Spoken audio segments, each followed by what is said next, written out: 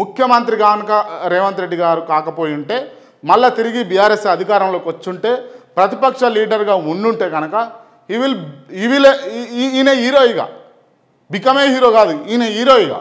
ఇక దాంట్లో మార్పులు లేవు, చేర్పులు లేవు. ఎందుకు ఇవాళ కాంగ్రెస్ పార్టీ అధికారంలోకి వచ్చింది అని అంటే నేను చెప్తా ఉన్నా, కోమటిరెడ్డి వెంకటరెడ్డి ముఖం చూసి అయితే కాదేమో, కేవలం కోమటిరెడ్డి వెంకటరెడ్డి ముఖం చూసి కాదు, ఉత్తమ్ కుమార్ రెడ్డి ముఖం చూసి కాదు, కానీ రేవంత్ రెడ్డి ముఖం చూసి మాత్రం కాంగ్రెస్ పార్టీ ఇలా పుంజుకుందని చెప్పొచ్చు.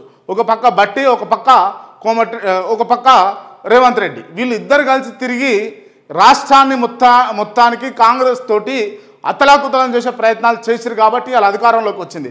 వాళ్ళు తిరుగుతూ చేస్తున్నటువంటి హామీలు కావచ్చు, చెప్పినటువంటి హామీలు కావచ్చు, ఇస్తున్నటువంటి భరోసా కావచ్చు, అవి ఇలా కేసీఆర్ మీద వ్యతిరేకతతోటి కూడుకొని అధికారం తెచ్చిపెట్టింది. ఎస్, అధికారంలో లేనప్పుడు రేవంత్ రెడ్డికి ఉన్నంత విలువ, రేవంత్ రెడ్డికి ఉన్నంత కాలిబర్, రేవంత్ రెడ్డికి ఉన్నంత ఫ్యాన్ ఫాలోయింగ్ ఎవరికి లేకుండా ప్రతిపక్ష లీడర్లలో ఆ లెగసీని కంటిన్యూ చేస్తూ ఇలా ముఖ్యమంత్రిగా ఉన్నా కూడా మీరు అదే కంటిన్యూ చేస్తే ఇవాళ మీకు ఇంకా పేరు పెరుగుతూ ఉండే.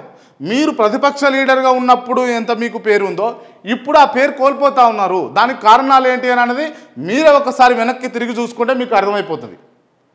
రేవంత్ రెడ్డి గారు, నేను ఏమంటా ఉన్నానంటే, మీరు ప్రతిపక్ష లీడర్గా 2023లో ప్రతిపక్ష లీడర్గా ఉన్నటువంటి మీరు అప్పుడు మీకు ఎంత క్యాలిబర్, ఎంత ఫ్యాన్ ఫాలోయింగ్, హ్యూజ్ రెస్పాన్స్ ఉందో మీకు, ఇప్పుడు అది ఎందుకు తగ్గిపోయింది? జస్ట్ చెక్ చేసుకోండి. దానికి కారణాలు ఏంది, అసలు ఎక్కడ ఫెయిల్ అవుతా ఉన్నాం. మనం ఎవరికన్నా అధికారంలో ఉంటే కదా ప్రజాదరణ రావాల్సింది, కానీ మీరు అధికారంలో లేనప్పుడే మీకు ప్రజాదరణ వచ్చింది. ఇప్పుడు అధికారంలోకి వచ్చిన తర్వాత మీరు ప్రజాదరణ కోల్పోతూ ఉన్నారు. ఏ అంశాల వల్ల అంటే కాంగ్రెస్ పార్టీ ఇచ్చినటువంటి 6 గ్యారెంటీలో పూర్తి స్థాయిలో కొన్ని చోట్ల విఫలమైపోయింది. నెంబర్ 1. నెంబర్ 2 ఏంది అని అంటే ఇప్పటి వరకు కూడా తెలంగాణలో భారీ పెట్టుబడులు రాలేవు. నెంబర్ 2. నెంబర్ 3 ఏంటంటే తెలంగాణలో ఇంకా మీరు అప్పులు చేసుకుంటూ పోతా ఉన్నారు. 10 ఏళ్లలో వాళ్ళు చేసినటువంటి అప్పు 5 లక్షలు పైచిలకైతే మీరు సంవత్సరాలు చేసినటువంటి అప్పు కాస్త 1.5 లక్ష దాటిపోయింది. అంటే మీరు కూడా ఒక 10 ఏళ్ల పాటు ఇదే పరిపాలన కొనసాగిస్తే కనుక 1.5 చొప్పున వేసుకున్నా కూడా 10 ఏళ్లలో మీరు చేసేటువంటి అప్పు ఎంత అంటే దాదాపు 15 లక్షలు లేకపోతుంది, 15 లక్షల కోట్ల రూపాయలు లేకపోతుంది తెలంగాణ అప్పు.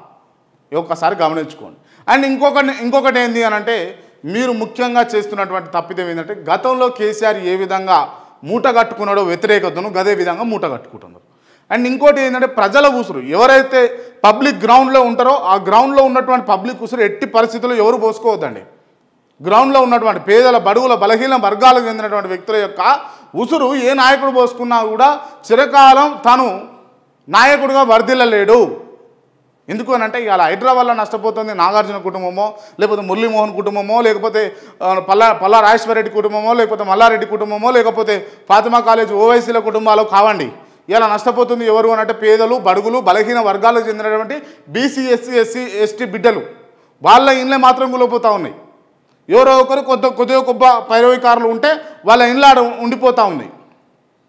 ఏందండి మీరు కూకట్పల్లిలో నేను చూపిస్తా, కూకట్పల్లిలో 3 ఫ్లోర్లో ఉన్నటువంటి ఇల్లుకు మీరు క్లియర్గా హైడ్రా మార్క్ పెట్టిపోతే ఇవాళ 13 అంతస్తులు ఎట్లయింది ఆ బిల్డింగు? ఆ బిల్డింగ్ ఏంది, ఆ బిల్డింగ్ కథ ఏంది, ఆ బిల్డింగ్ వ్యవహారం ఏందని కూడా చూపిస్తా.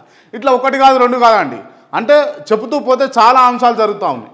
అంటే రాష్ట్రంలో ఆ ట్యాక్స్ ఓ పక్క, బీ ట్యాక్స్ ఓ పక్క నడుస్తూ ఉంది అని చెప్పేసి ఏ మంత్రికి ఆ మంత్రి ట్యాక్స్ నెంబర్ ఫిక్స్ చేసుకున్నట 6 to 7 అని చెప్పేసి, 6 or 7 or 8, ఇంకెక్కువ అడిగితే 9, 10 కూడా. ఇవంతా వ్యవస్థ ఏందండి? దాదాపు ఒక మంత్రి నేను చెప్తా ఉన్నా, మన దృష్టిలో ఉన్నటువంటి ఒక మంత్రి సంవత్సర కాలంలో దాదాపు 5,000 కోట్ల రూపాయలు కూడా పెట్టుకురట. 5,000 కోట్ల రూపాయలు, 1 కాదు 2 కాదండి, ఓన్లీ కమిషన్ల పేరిట ఇదానండి. అంటే ఆళ్ళే సూళ్ళే అల్లుల పేరు సోమలింగం ఉన్నట్టు రాష్ట్రంలో అప్పులైన అని మీరు అంటారు. ఆ రాష్ట్రంలో అసలు పెట్టుబడులు వచ్చేందుకు తావే లేదు. ఈ టైంలో మీరు ఎట్లా కోట్ల రూపాయలు ఎట్లా సంపాదించుకుంటారు అని అంటే మీరు ఏం సమాధానం చెప్తారు? దయచేసి ఒక్కసారి విద్యా వ్యవస్థలను లేకపోతే వైద్య వ్యవస్థలను కాదు ప్రక్షాళన జరగాల్సింది, రాజకీయ వ్యవస్థలో జరగాలి ప్రక్షాళన, రాజకీయ నాయకుల ప్రక్షాళన జరగాలి. ఎస్, నేను చెప్తా ఉన్నా కదా క్లియర్గా రాజకీయ నాయకుల అంశాలలో ప్రక్షాళన జరగాలి. ఎస్, అఫిడవిట్కు ముందు ఎంత ఉండే నీ ఆస్తులు, అఫిడవిట్ తర్వాత ఎంత ఉండే ఆస్తులు, నువ్వు గెలిచిన తర్వాత ఎంత ఉన్నాయి ఆస్తులు, నువ్వు గెలవక ముందు ఎంత ఉన్నాయి ఆస్తులు, ఇవి తేలాల్సినటువంటి సందర్భం ఉంది.